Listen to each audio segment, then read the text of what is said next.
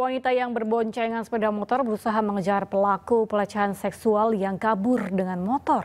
Sepanjang pengejaran, korban berteriak maling dengan harapan mendapat bantuan orang sekitar.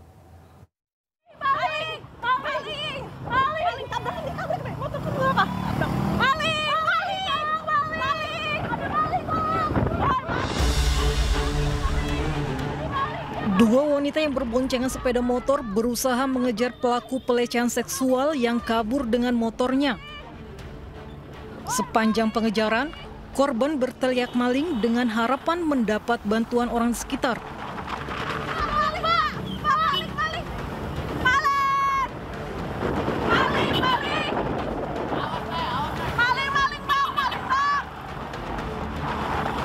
Peristiwa ini terjadi di Jalan Raya Duren Jaya, Bekasi Timur, Bekasi, Jawa Barat.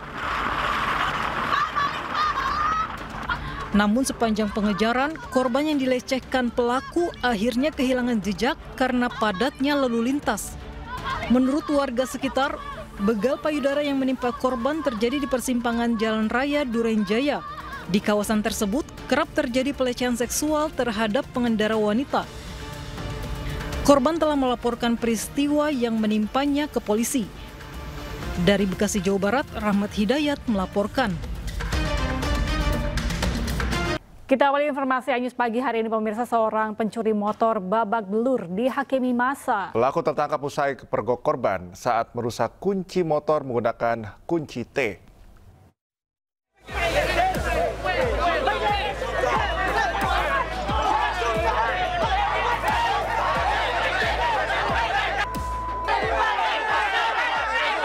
Emosi warga tak terbendung saat melihat pencuri motor akan dibawa petugas BPBD dan Satpol PP ke Mapolsek Tegalsari, Surabaya. Setelah terlibat ketegangan cukup lama, pelaku akhirnya berhasil dibawa petugas dalam kondisi babak belur. Menurut warga, pelaku tertangkap basah setelah korban melihat motornya tengah dibobol pelaku dengan menggunakan kunci letter T dan berteriak minta tolong. Teriakan inilah yang memancing perhatian warga hingga pelaku berhasil ditangkap. Menurut polisi, pelaku memanfaatkan kepanikan warga akibat kebakaran yang tak jauh dari lokasi untuk mencuri motor. Dia melihat situasi kelihatan karena ada kebakaran, yang bersangkutan merasa aman, semua fokus dengan kebakaran, ada situasi agak landai tadi dia manfaatkan untuk mengambil kendaraan motor. Yang diambil tadi motor. Untuk kepentingan pemeriksaan, pelaku dan korban dibawa ke Mapolsek Tegalsari. Dari Surabaya, Jawa Timur, Rahmat Ilyasan, iNews melaporkan. Beralih ke informasi lain, pemirsa, seorang teman wanita sopir taksi online di Pekanbaru Riau mengalami tindakan pelecehan oleh penumpang pria di dalam mobil. Akibatnya korban tabrak sejumlah kendaraan di depannya.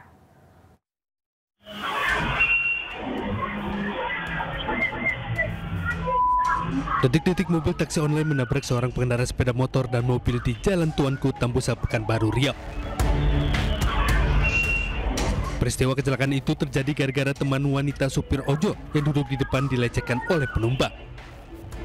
Perempuan yang duduk di kursi depan mobil itu yang menjadi korban tiba-tiba keluar dan berteriak telah diperlakukan tidak senonoh oleh salah satu penumpang dari belakang. Tak terima dilecehkan, remaja 17 tahun ini langsung berteriak minta tolong. Teriakan tersebut spontan menarik perhatian warga dan mengejar pelaku. Untuk pelaku yang melakukan tindak yang diduga melecehkan penumpang wanita, salah satu penumpang wanita kabur. Ada berapa orang pelakunya? Untuk pada saat kejadian, pengemudi dan teman wanita pengemudi yang duduk di sebelah, untuk penumpang 5 orang. Untuk memastikan penyebab kecelakaan dan laporan adanya dugaan pelecehan, Satlantas Polresta Pekanbaru akan melakukan koordinasi dengan bagian reserse kriminal. Dari Pekanbaru Riau, Indra Yusrizal, iNews melaporkan. Sebuah mobil box bermuatan korek api terbakar setelah alami pecah ban di Tol Cikampek, Karawang, Jawa Barat. Akibat peristiwa ini, arus lalu lintas Tol Cikampek dari arah Jakarta menuju Cikampek macet.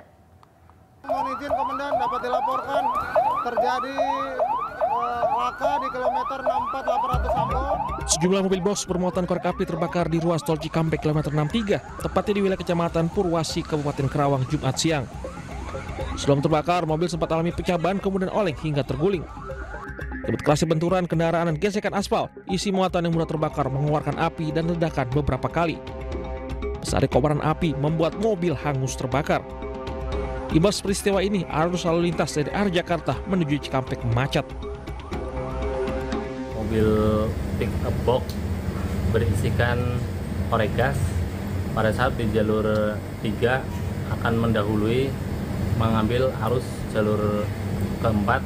Tiba-tiba ban belakang sebelah kiri pecah, tergelincir dan jatuh sehingga kendaraan tersebut mengakibatkan terbakar. Ada korban jiwa dalam kasus ini, namun kerugian diperkirakan lebih dari 100 juta rupiah. Kasus ini tangani petugas Satlantas Polres Karawang, Jawa Barat. Dari Karawang, Jawa Barat, Rudi Setiawan melaporkan. Aksi pencurian barang dengan modus pecah kaca mobil terjadi di rest area kilometer 62 tol Jakarta Cikampek terekam CCTV. Saat kejadian, mobil tengah terparkir dan para korban istirahat makan. Para korban mengalami kerugian lebih dari 100 juta rupiah.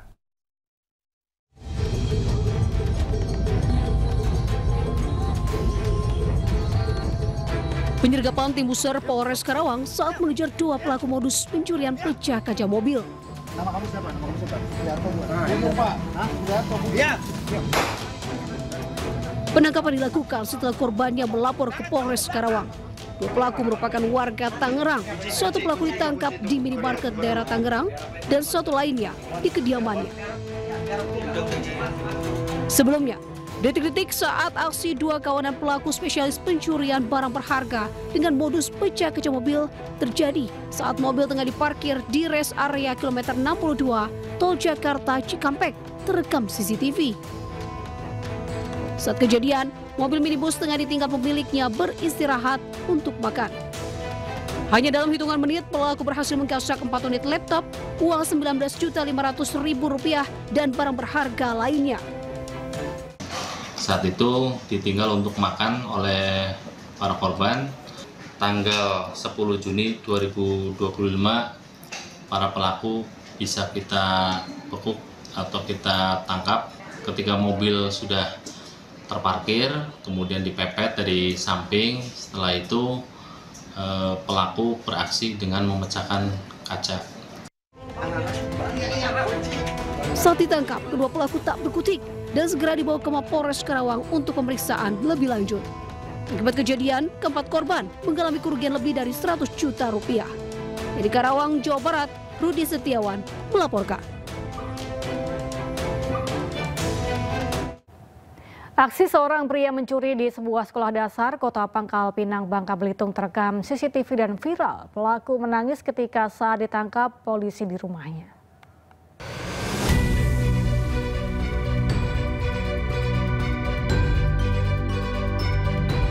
CCTV sekolah dasar di Kota Pangkal Pinang ini merekam detik-detik seorang pria masuk ke dalam sebuah ruang kelas dan mengambil barang berharga dari dalamnya. Menyadari ada CCTV, pelaku lalu merusak kamera pengintai tersebut serta menggasak barang berharga di dalamnya. Berbekal rekaman CCTV, polisi berhasil meringkus pelaku di kediamannya.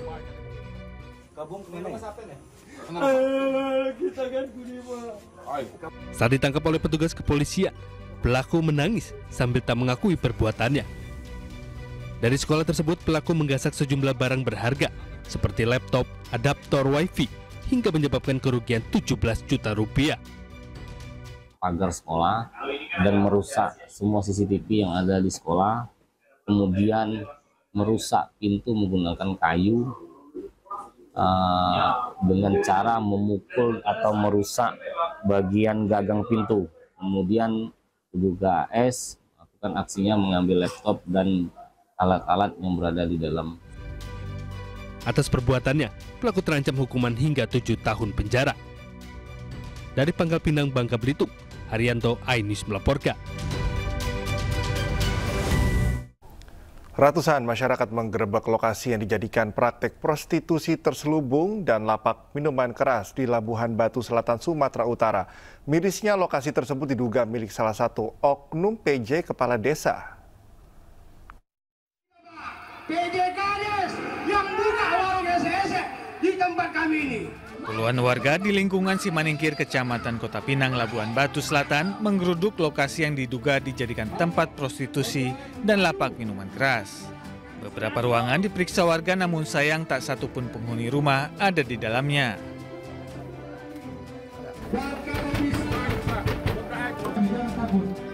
Diduga aksi razia warga telah diketahui pemilik lokalisasi. Di sekitar lokasi, warga menemukan ratusan botol bekas minuman keras. Supaya kita baik-baik untuk menyuruh. Warga setempat telah berulang kali mengingatkan agar lokasi tersebut ditutup, namun tak pernah diindahkan. Diketahui dari 3 lokasi yang digerebek, salah satunya milik oknum PJ Kepala Desa di Kecamatan Silangkitang berinisial E.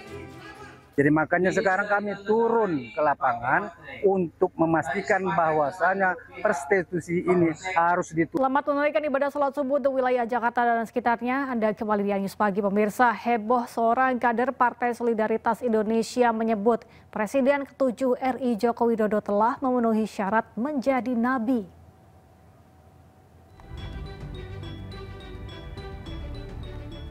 Cuitan Deddy Nurpalaka di laman media sosial X menjadi viral.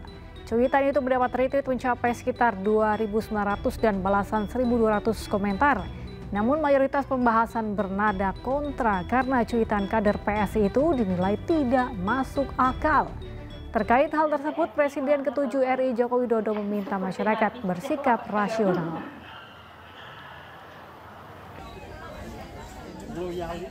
Nabi terakhir itu Nabi Muhammad SAW. Kalau ada pemikiran seperti itu, mikir yang rasional aja lah, ya. Sementara itu, setelah cuitannya membuat heboh, kader PSI Deddy Nurpalaka menyampaikan klarifikasi dan permohonan maafnya melalui media sosial X. Deddy menyebut pernyataan Jokowi penuhi syarat menjadi nabi merupakan pernyataan pribadi dan tidak mewakili sikap resmi Partai Solidaritas Indonesia. Selain itu, DPW PSI Bali juga telah beri teguran internal sebagai bentuk tanggung jawab organisasi terhadap sensitivitas publik dan keragaman pandangan masyarakat.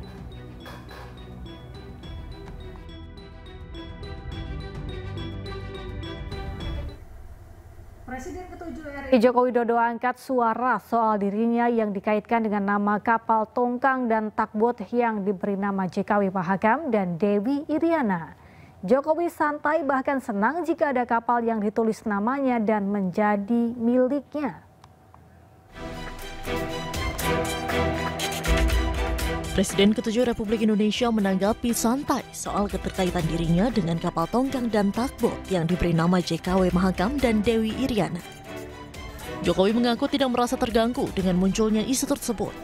Menurutnya tulisan serupa juga banyak muncul di truk dan kendaraan lainnya. Meski demikian, dirinya meminta agar tulisan-tulisan tersebut tidak dibelokkan artinya atau bahkan dipelintir untuk tujuan yang tidak baik. Ada tulisan JKW kemudian diartikan milik saya, ya senang banget saya, alhamdulillah punya kapal.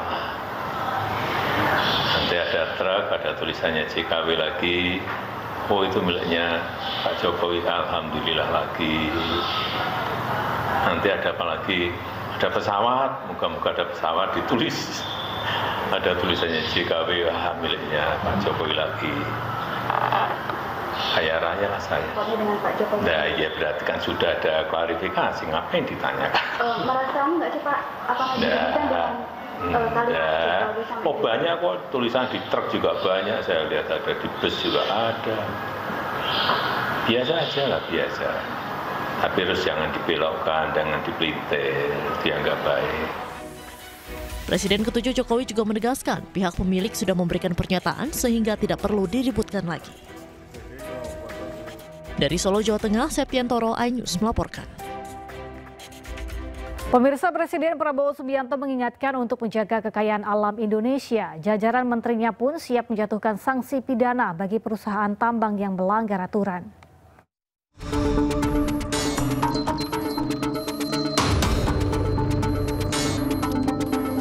Raja Ampat menjadi sorotan masyarakat, bukan karena keindahannya, tetapi pertambangan yang ditemukan di sejumlah pulau di Papua. Presiden Prabowo tak segan mengakui Indonesia tidak berani tegas dan disiplin dalam menjaga kekayaan alam yang ada di Indonesia. Pernyataan ini disampaikan Prabowo di acara International Conference of Infrastructure. Kekurangan Indonesia adalah kita kurang tegas, kurang berani, kurang disiplin, kurang keras menjaga kekayaan kita. Jajaran Menteri Presiden Prabowo langsung menengok lokasi tambang. Tak hanya itu, 4 perusahaan tambang yang kedapatan melanggar aturan dicabut izinnya. Keempat perusahaan ini juga diperiksa untuk mendalami adanya dugaan tindak pidana dalam pertambangan. Tambang nikel ada instruksi khusus nggak Pak terhadap anggota di lapangan Pak? Yang jelas anggota kita saat ini bersama dengan kementerian terkait sudah melaksanakan pendalaman. Terima kasih. Artinya melakukan penyelidikan ya Pak? Terima kasih Pak Kapolri. Siapa? Raja Ampat dikenal dengan keindahan laut dan pemandangan alamnya. Raja Ampat merupakan tempat bagi keanekaragaman terumbu karang terbesar di dunia. UNESCO pun mengakui Raja Ampat sebagai situs geopark. Keberadaan tambang dinilai mengancam ekosistem laut dan potensi pariwisata yang kelak bisa merugikan masyarakat setempat. Tim Liputan iNews melaporkan. Untuk mendapatkan pelayanan kesehatan, seorang warga yang sakit di Mamuju, Sulawesi Barat harus ditandu warga sejauh 21 km. Pasien yang berusia 60 tahun itu tidak bisa dibawa menggunakan kendaraan karena kondisi jalan yang rusak parah.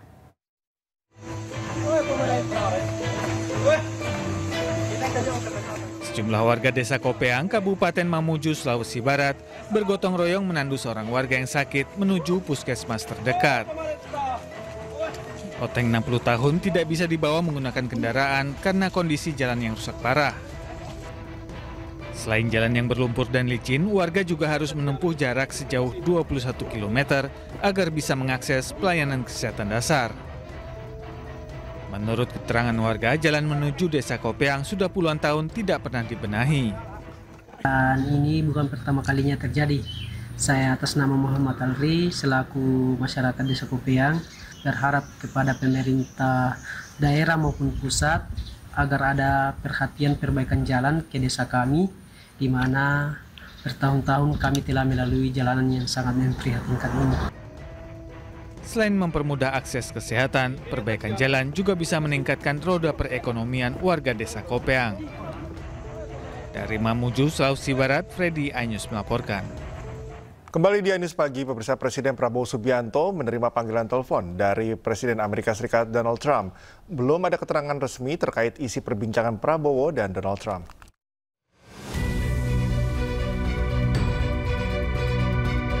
Presiden Prabowo Subianto menerima sambungan telepon dari Presiden Amerika Serikat Donald Trump. Keduanya membahas sejumlah isu. Momen Presiden Prabowo berbincang dengan Presiden Donald Trump diunggah lewat akun Instagram pribadi Prabowo. Belum ada keterangan resmi terkait isi perbincangan antara Presiden Prabowo dan Donald Trump.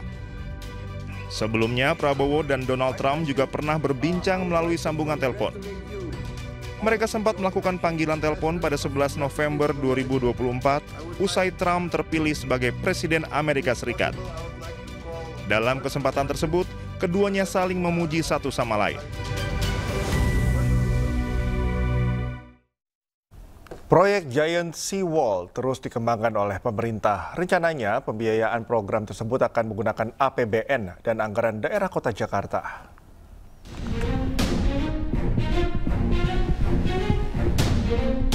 Kondisi utara Jakarta yang terus terkena abrasi setiap tahunnya membuat pemerintah berbenah. Proyek tanggul laut raksasa atau Giant Sea Wall pun segera dibangun. Tak hanya itu, tim satuan tugas dibentuk untuk mengawal pembangunan proyek raksasa ini. Pada akhir Februari lalu, kami membentuk semacam satuan tugas Giant Sea Wall Pantura Jawa untuk mengkonsolidasikan perencanaan dan mengawal pelaksanaan perlindungan pesisir. Bukan sekedar dinding, tetapi sistem adaptif untuk menghadapi krisis iklim dan banjir rob, menjaga ekosistem dan kehidupan masyarakat pesisir.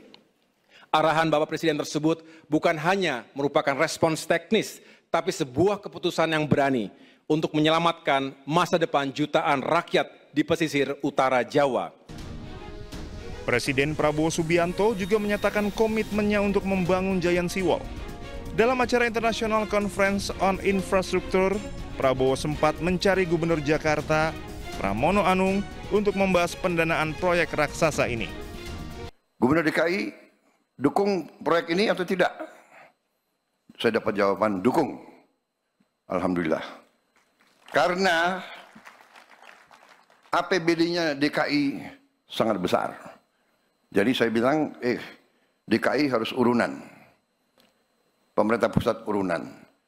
Jadi kalau 8 miliar dolar, katakanlah 8 tahun, berarti 1 miliar dolar 1 tahun. Giant Sea Wall atau tanggul laut raksasa adalah struktur besar yang dibangun di sepanjang garis pantai yang memisahkan daratan dan laut. Tujuannya adalah untuk mencegah erosi dan kerusakan akibat gelombang. Pembangunan proyek ini diprediksi memakan waktu minimal 8 tahun. Tim Liputan Anyus melaporkan. Dinilai telah mengeluarkan kebijakan membuat masyarakat Aceh gaduh, anggota DPD RI asal Aceh, Sudirman, mendesak Presiden Prabowo Subianto untuk segera memecat Mendagri Tito Karnavian.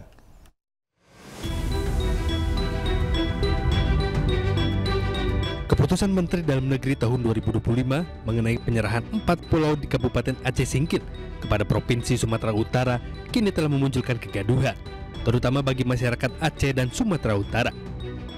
Bagi masyarakat Aceh, secara historis, sosiologis, politis, 4 pulau tersebut telah menjadi miliknya pemerintah Aceh sejak dulu. Namun keputusan dari Mendagri telah mengusik rasa aman dan damai yang selama ini terbangun di Aceh pasca konflik. Senator asal Aceh Sudirman mendesak Presiden Prabowo untuk segera memecat Mendagri karena keputusannya dinilai dapat memantik benih-benih konflik baru antara warga Aceh dengan Sumut. Keputusan menteri itu bukan harga mati. Dan itu masih bisa di-breakdown kembali dengan upaya apa? Menjamin kondisi yang kondusif, keamanan, kenyamanan. Sehingga tidak muncul kontradiksi, tidak muncul polemik macam-macam begini yang dilakukan oleh ulah menterinya. Bukan untuk membuat polemik. Jadi gampang sebenarnya masalah itu kalau Presiden mau menutup ini. Sementara Menteri Dalam Negeri Tito Karnavian pun menyatakan pemerintah terbuka menerima gugatan hukum terkait penetapan batas wilayah Provinsi Aceh dan Sumatera Utara. Nah, namun kemudian mungkin ada pihak yang mungkin menerima, ada yang tidak menerima, ya kita paham lah. Ini kita terbuka juga untuk mendapatkan evaluasi, ya, atau mungkin kalau ada yang mau digugat secara secara hukum.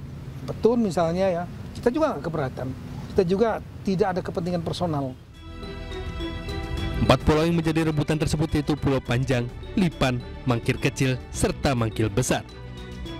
Dari Banda Aceh, Syuhri Syarifuddin, iNews melaporkan.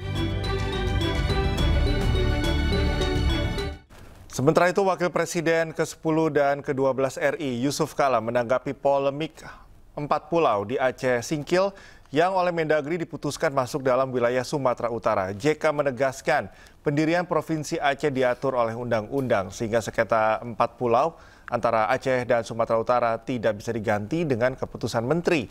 JK pun menegaskan sengketa terkait 4 pulau tidak boleh berlarut-larut agar tidak menimbulkan konflik baru. Aceh dibentuk dengan undang-undang 24 tahun 1965. Maka termasuk Aceh Singkil itu bagian daripada Aceh dan itu mengklaim bahwa pulau itu pulau yang ada di Aceh Singkil, bahwa dia dekat dengan Sumatera Utara itu ada saja banyak kasus-kasus seperti itu. Tapi yang penting kita lihat bukan hanya tentang kedekatannya atau jaraknya pula itu, tapi juga harus dilihat dari sejarahnya, kemudian juga harga diri orang-orang di Pura di Aceh, dan juga kebiasaan-kebiasaan lama tentang Pura itu. Harus dilihat bukan hanya jaraknya, karena selama ini yang kita baca justru hanya karena jarak.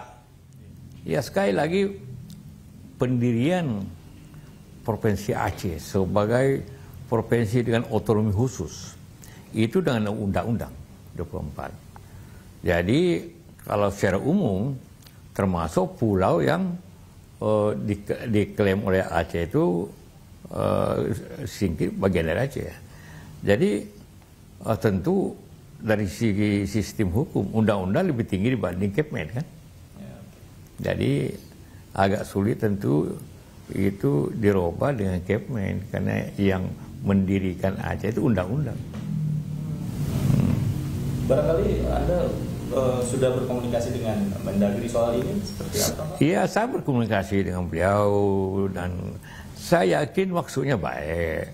Tapi di lain pihak Aceh menganggap itu bahwa pusat tidak lagi nanti kurang dipercaya lagi.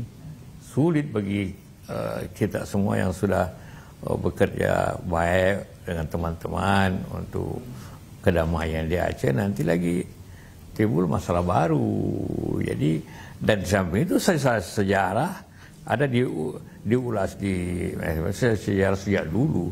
Itu memang pulau itu masuk ke Aceh. Cegah gesekan di masyarakat terkait sengketa 4 pulau di Kabupaten Aceh Singkil, anggota Komisi 3 DPR RI asal Aceh Nasir Jamil mendesak Presiden Prabowo membatalkan keputusan Mendagri. Keputusan Menteri Dalam Negeri Tito Karnavian memindahkan 4 pulau di Kabupaten Aceh Singkil ke Provinsi Sumatera Utara terus menuai kontroversi. Masyarakat Aceh menilai pemindahan Pulau Panjang, Pulau Lipan, Pulau Mangkir Kecil, serta Mangkir Besar dilakukan dengan sangat gegabah tanpa memperhitungkan potensi konflik yang akan terjadi.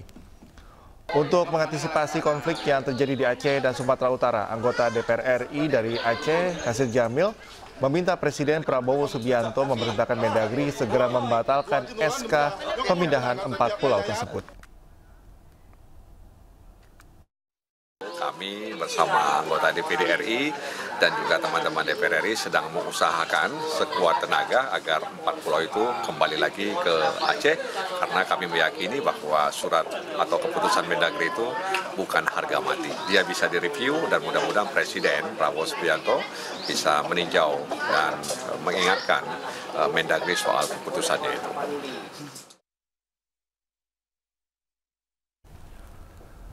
Gubernur Aceh Muzakir Manaf menegaskan jika 4 pulau yang disengketakan merupakan milik Aceh. Hal tersebut disampaikan usai menggelar rapat tertutup bersama DPR RI, DPD RI, serta DPR Aceh.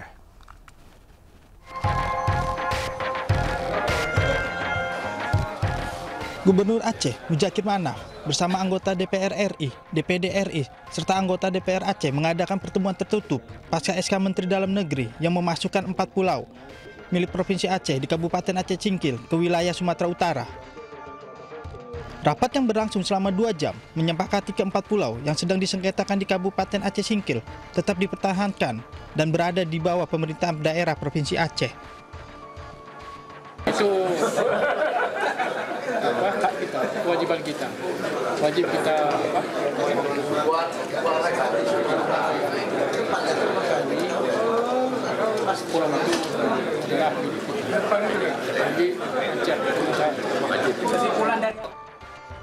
Usai rapat tertutup, pemerintah daerah Provinsi Aceh akan menyusun langkah-langkah dan sikap resmi yang akan disampaikan dalam pertemuan dengan Mendagri pada 18 Juni mendatang.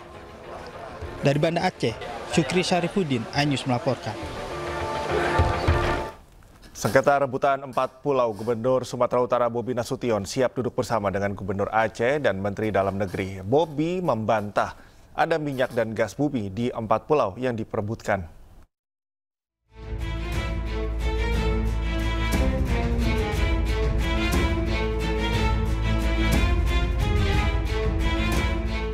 Empat pulau di Provinsi Aceh yang kini masuk ke dalam wilayah Provinsi Sumatera Utara menjadi polemik. Gubernur Sumatera Utara Bobi Nasution menyebut siap duduk bersama dengan Gubernur Aceh Muzakir Manaf dan Menteri Dalam Negeri Tito Karnavian. Terkait isu soal adanya minyak dan gas di 4 pulau, Bobi menyatakan belum ada data soal itu. Namun ia melihat ada potensi besar di sektor pariwisata.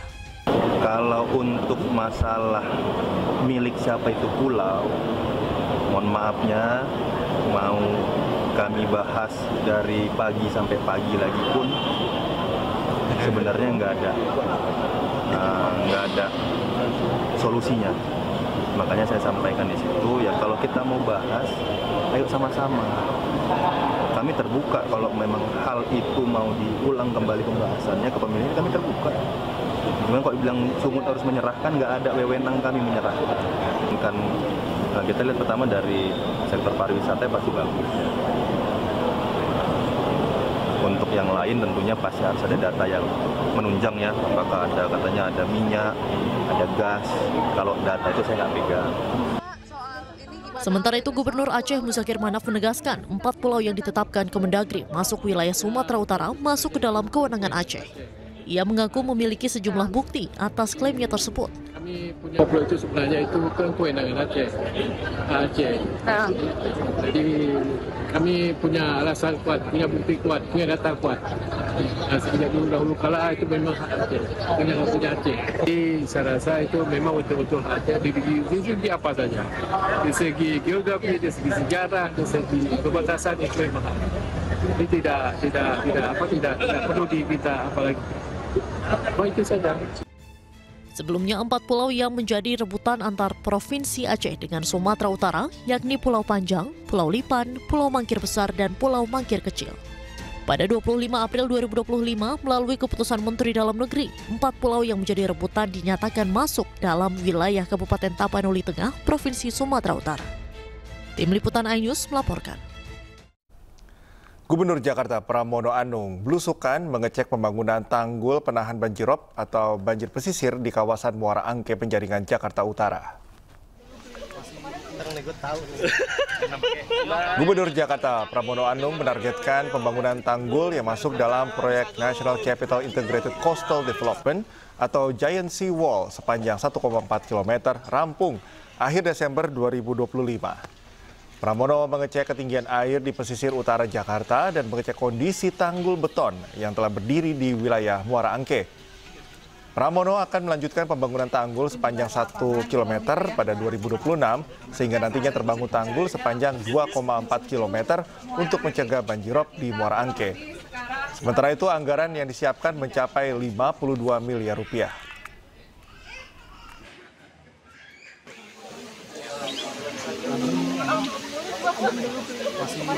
Sebagai tindak lanjut mencegah turunnya permukaan tanah dan banjirop yang berulang, Gubernur Jakarta Pramono Anung melarang penggunaan air tanah di wilayah Muara Angke, Penjaringan, Jakarta Utara. Pramono pun berjanji segera mendistribusikan air bersih sebagai gantinya. Permukaan kita ini dari waktu ke waktu turun terus. Maka di daerah ini nanti termasuk daerah yang akan kami buat aturan untuk air tanahnya tidak diambil. Sebab begitu air tanah diambil ini menjadi dan mempercepat turunnya permukaan tanah. Dan itu sangat Polisi di Sidoarjo, Jawa Timur mengajak warga untuk memanfaatkan pekarangannya sebagai sumber pangan bergizi. Aparat Polresta Sidoarjo mengedukasi warga untuk menanam tanaman yang bermanfaat di pekarangan warga yang kosong. Program pekarangan pangan bergizi ini dilakukan serentak di 18 kecamatan di Sidoarjo. Nantinya tanaman warga akan dipantau langsung oleh tim dari Fakultas Ketahanan Pangan Universitas Negeri Surabaya. Program ini merupakan upaya mewujudkan swasembada pangan yang dicanangkan Presiden Prabowo Subianto.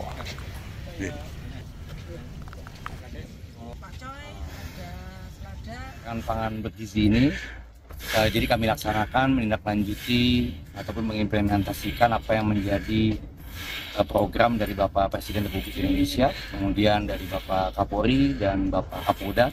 Ya, kami di tingkat Polresta Sidoarjo melaksanakan kegiatan pengoptimalan dan implementasi terkait dengan pekarangan pangan bergizi. Lahan-lahan pekarangan. Pemirsa, kabar baik bagi Anda pecinta kuliner ramen, kini hadir Resto Ramen yang menghadirkan konsep premium serta cita rasa otentik.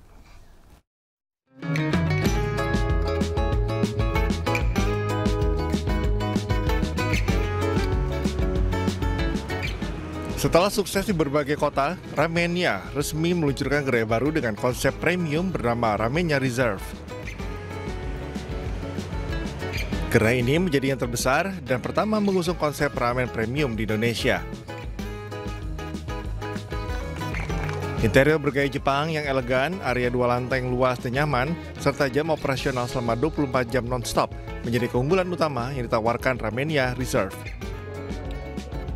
Menu premium seperti lobster ramen, truffle wagyu beef ramen, dan unagi dry ramen ditawarkan untuk memanjakan pelanggan dengan rasa otentik Jepang yang lebih berkelas. Tak hanya itu, pelanggan juga dapat menikmati berbagai hidangan khas lainnya seperti donburi, agemono, dan truffle chicken porridge yang menjadi salah satu hidangan unggulan.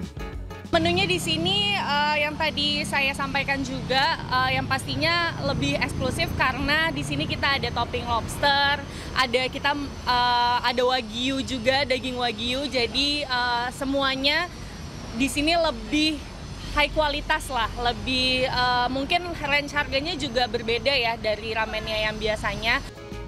Dengan hadirnya Ramenia Reserve, ramen tidak hanya menawarkan menu yang lebih variatif, tetapi juga suasana bersantap yang lebih eksklusif, menjadikannya destinasi kuliner istimewa bagi pecinta ramen. Dari Jakarta, Dias Triawan, Yudi Richard, iNews melaporkan.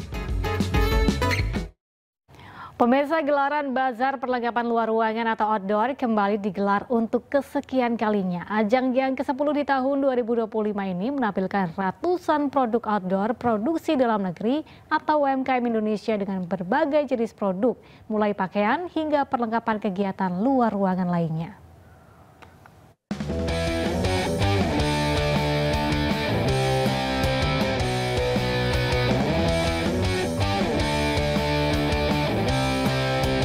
Pameran peralatan dan perlengkapan kegiatan luar ruangan atau outdoor Indonesia Outdoor Festival terkenal dengan nama Indofest kembali digelar di tahun 2025.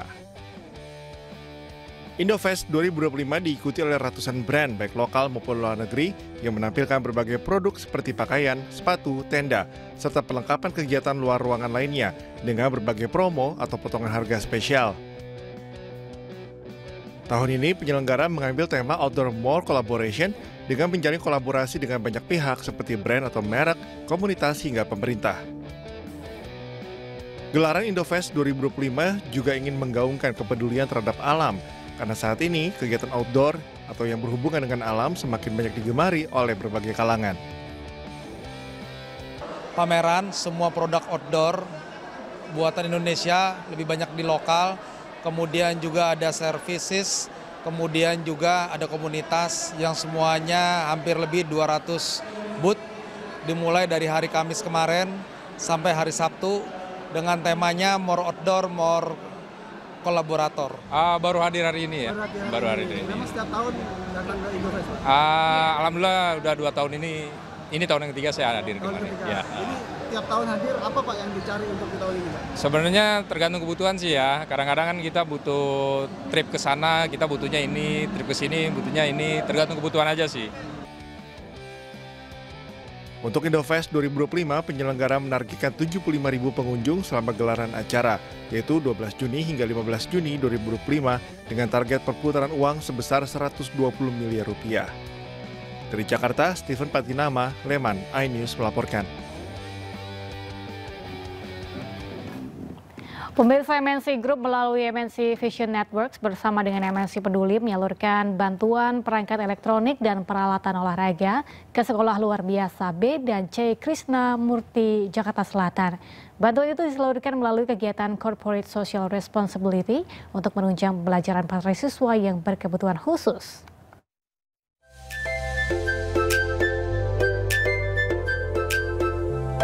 Anak-anak sekolah luar biasa B dan C Krisnamurti, Jakarta Selatan bergembira dalam menyambut kedatangan tim MNC Vision Network bersama MNC Peduli. Mereka menunjukkan kebolehan dalam menari kicir-kicir khas Betawi dan tari jaranan khas Kediri, bahkan berani unjuk gigi membaca puisi untuk guruku. Demi membantu anak-anak berkebutuhan khusus ini terus berkembang, MNC Vision Network TBK bersama MNC Peduli menyalurkan bantuan perangkat elektronik dan peralatan olahraga. Dari MNC kami persembahkan bantuan support secara moral maupun alat pendukung untuk belajar mengajar untuk agar anak-anak semua itu bisa mencapai mimpinya dengan semangat untuk menggapai cita-cita masa depan bagi bangsa dan negara Indonesia. Terima kasih kepada MNC Vision Network dan MNC Peduli atas bantuannya. Mudah-mudahan bantuan ini bisa mendapatkan berkah bagi kami SLBC Krisnamurti dan bisa dipakai oleh anak-anak yang berkebutuhan khusus. MNC Vision Network akan terus berkomitmen memberikan bantuan demi meringankan beban mereka yang membutuhkan. Tim Liputan iNews melaporkan. Terima kasih Anda masih bersama kami di iNews Pagi. Pemirsa, suami yang membakar rumahnya gara-gara cekcok dengan istri di Pesanggerahan, Jakarta Selatan akhirnya ditangkap polisi. Ya, rupanya pertengkaran Pak Sutri itu karena suami cemburu istrinya menjalin hubungan sesama jenis dengan seorang wanita. Masih gede bang. Monitor bang. Aduh. Dalam pengaruh alkohol, seorang suami di Betukangan Utara Pesanggerahan, Jakarta Selatan membakar rumahnya sendiri. Api bahkan merembet kedua rumah di sebelahnya. Aksi nekat itu terjadi usai ia cekcok besar dengan istrinya. Usai membakar rumah, suami melarikan diri, sementara istri kabur ke rumah tetangga. Usai buron selama sepekan, suami alias pelaku akhirnya ditangkap di rumah temannya di kawasan Joglo, Kembangan, Jakarta Barat. Kepada polisi, ia mengaku cekcok dengan istri lantaran cemburu. Istrinya punya hubungan sesama jenis dengan seorang wanita. Bahkan ia memergoki istri dan seorang wanita tengah berduaan di rumahnya. Saat tersangka masuk ke rumah korban, mengecek ke kamar dan didapati ada teman perempuan korban sedang tiduran di kasur, lalu tersangka menegur dan terjadi cekcok mulut. Pelaku kini mendekam di Polsek Pesanggerahan dan diancam pidana 12 tahun. Dari Jakarta, Rizky Falupi, iNews melaporkan. Aksi kejar-kejaran mewarnai penangkapan belasan pelaku premanisme, berkedok juru parkir liar dan penagih utang yang dilakukan tim buru sergap Polsek Palmerah, Jakarta Barat. Sebagian preman lari kocar-kacir saat akan ditangkap petugas.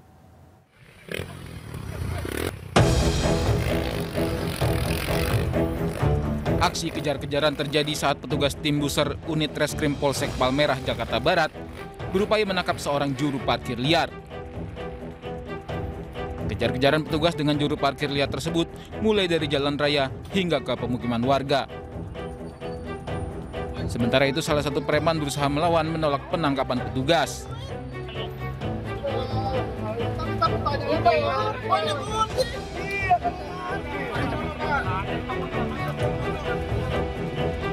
Penangkapan para preman berkedok juru parkir liar hingga penagih utang ini merupakan bagian dari operasi tim buser unit Reskrim Polsek Palmerah.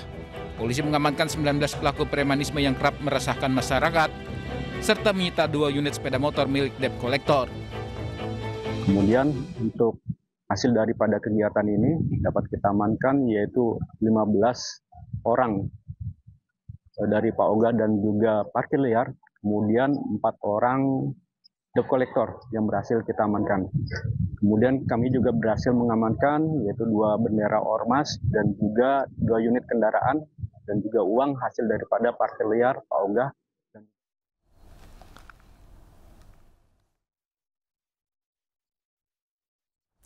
Pemirsa, untuk mendapatkan pelayanan kesehatan, seorang warga yang sakit di Mamuju, Sulawesi Barat harus ditandu warga sejauh 21 km. Pasien yang berusia 60 tahun itu tidak bisa dibawa menggunakan kendaraan karena kondisi jalan yang rusak parah.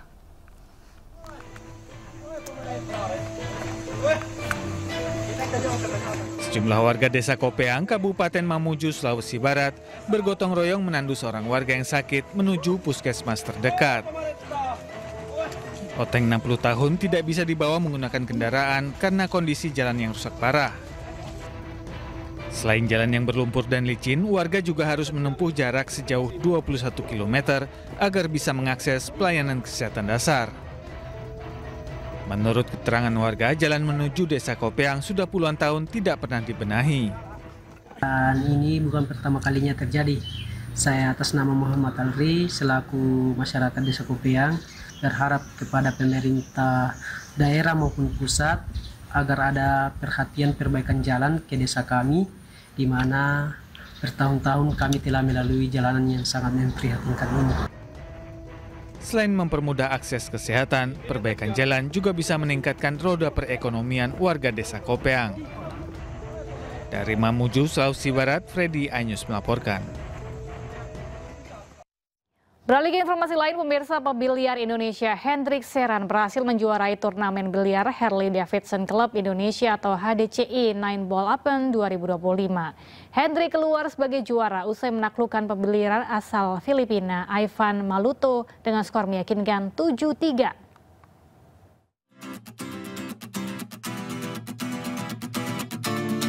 Babak final turnamen biliar Harley Davidson Club Indonesia HDCI 9 Ball Open 2025 yang digelar di Surabaya, Jawa Timur mempertemukan pebiliar Indonesia Hendrik Serhan melawan pebiliar asal Filipina Ivan Maluto. Skill mumpuni kedua atlet biliar ini membuat jalannya pertandingan sangat seru, namun permainan Hendrik lebih baik ketimbang Ivan Maluto yang berhasil menaklukkannya dengan skor telak 7-3. Menutup kemungkinan mungkin kita akan nanti berkolaborasi lagi untuk melakukan turnamen biliar lagi yang mungkin hadiahnya bisa 2 kali lebih besar dari yang sekarang. Sangat senang ya, baru pertama kali ini ada bisa kolaborasi dengan opsi dengan biliar. Mudah-mudahan bisa ditiru dengan daerah-daerah yang lain untuk kolaborasi dengan biliar. Saya kira itu sangat positif sekali. Turnamen HDCI 9 Ball Open 2025 diikuti 512 peserta dari dalam negeri maupun mancanegara. Turnamen ini memperebutkan hadiah hingga ratusan juta rupiah. Dari Surabaya, Jawa Timur, Hari Tambayong, iNews melaporkan. Piala Presiden 2025 akan menghadirkan 2 klub luar negeri sebagai peserta termasuk Oxford United. Diikuti oleh 6 peserta, turnamen akan dimulai di Jakarta dan Bandung mulai 6 Juli mendatang.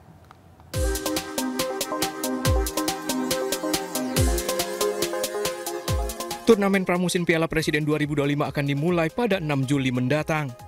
Berbeda dari tahun sebelumnya, ajang tahun ini menghadirkan 2 klub luar negeri sebagai peserta, yaitu Ford FC dari Thailand dan Oxford United dari Inggris. Selain 2 tim asing, peserta lainnya merupakan klub-klub lokal yang dipilih termasuk Persib Bandung, Arema FC, dan Dewa United.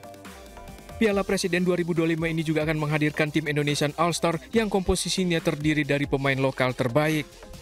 PSSI menyatakan kehadiran klub asing merupakan bagian dari upaya meningkatkan kualitas bagi tim-tim lokal. Nah, karena itu kita undang Port FC dari Thailand yang kebetulan Asnawi main di sana, dan pemiliknya juga ketua PSSI Thailand, ya, Madam Pang, dan dia sangat senang bisa menjadi partisipasi untuk sepak bola di Indonesia juga khususnya. Lalu juga ada Oxford United yang kebetulan Ole bermain di sana, kita tahu. Sementara lokasi penyelenggaraan Piala Presiden di tahun 2025 ini berada di 2 arena, yaitu Stadion Utama Gelora Bung Karno Jakarta dan Stadion Sijalak Harupat Bandung.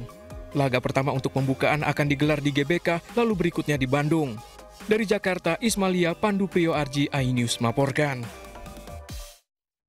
Pemirsa, gelandang Tijani Reinders tercatat sebagai pemain keturunan Indonesia ketiga yang bergabung dengan Manchester City. Ya, kehadiran Reinders menambah pemain berdarah Nusantara yang pernah membela klub raksasa Premier League tersebut. Dan informasi ini sekaligus menutup iNews pagi hari ini. Anda bisa menemukan informasi terbaru lainnya di www.inews.id dan menyaksikan kembali tayangan berita iNews di kanal YouTube @official iNews. Akhirnya mewakili kerabat kerja yang bertugas, saya Cika Mutazam. Dan saya Galuh Pandu pamit undur diri. Terima kasih, selamat pagi dan sampai jumpa.